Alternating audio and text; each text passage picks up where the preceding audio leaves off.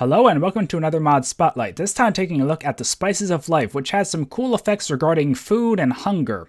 This mod comes in two parts. The first is the visual portion of it, which can be run client-side, and the second part is Diminishing Returns effects, which makes it a bit more challenging to keep your hunger bar full. To start, let's look at the visual aspects of this mod. You might notice my hunger bar looks a little different because there's a bit of like gray pixeled shadows behind it, and that's my exhaustion meter. This is a normal mechanic in vanilla, you usually just can't see it, and pretty much as you do stuff like walking, it will slowly rise. If I sprint and jump, you'll see it rises really quick, and when it fills up by going all the way to the left side of my hunger bar, it will reset and I'll lose a tick of hunger. Another mechanic is if you hover over food, it will show how much it heals by just flashing its value. You also can see that there's a little gold outline around my food there, and that is my saturation value. It also adds tooltips to foods, as you can see here, and it shows how much it heals and its saturation in the yellow. And saturation is another vanilla mechanic that you usually can't see, but pretty much it works the same as hunger, only it's like its own separate little bar, and each food has its own saturation value, and saturation is removed before normal hunger bars are. So yeah, those little visual improvements are very nice, and you can run that without having the other aspects of the mod by using a simple toggle at the start of the mod's config. So now let's move into the diminishing returns aspects of the mod. Oh, and real quick, before I get into the diminishing returns, I forgot to mention that you can toggle the visual components. So if you don't want to show the exhaustion, or don't want to show the saturation, or don't want to show other things like the mouse over, I think all those have a toggle in the config, so you can customize it to only show the parts you like.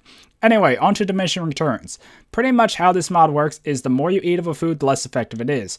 You see right now it says diminishing returns after eating 6 more foods. That's because when you start a new world, it gives you kind of like a grace period before this takes effect, so you can get a bit settled in before you start starving or having a rough time. Okay, so I just ate 6 watermelons during my little grace period there. But now if you look, watermelon have a nutritional value of 25 because they were eating 6 times out of my last 12 foods. And as you can see, they now heal a bit less. And if we look at steak here, it heals a lot, and I haven't eaten any recently. So if I eat it now, it will not only fill me up, but if you look at it now, it's only about half as effective as it used to be. And you can see its nutritional value there, and the little tooltip is lowered as well. To help keep track of this, there is a food journal that you can make. I think it is just wheat and a page or a book. Anyway, you can look through and you can see all the last foods you've ate, which is a pretty cool thing, so you can keep track of what you ate recently, or you can just use the tooltips to tell when it says not ate recently. So put simply, the more you eat of a food, the less effective it will become, so it encourages you to eat a variety to keep your hunger bar full so you can regenerate and whatnot.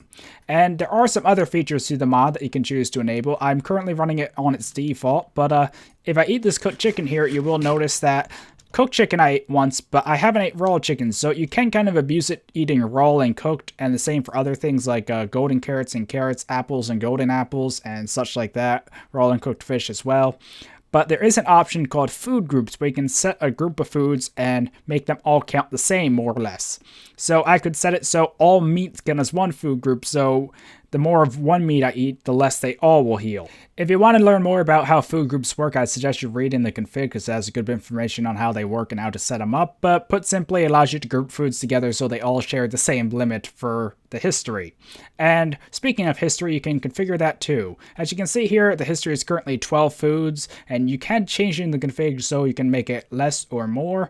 And if you make it more foods, like 20 foods, it makes it harder to cycle through all those foods within the history's limit. You also can choose how the history resets. For example, if you eat 12 different foods, there's an option to make it reset and forget all foods you ate. If not, it will remember the last food you ate out of the 12, so you have to keep cycling through in the same order. And there's also an option for your food history to reset on death. Also, you can customize the formula for how foods diminish as you eat them. For example, this reduced to pretty much half after eating one. But that formula is a tad complex to understand, so I just left it as default.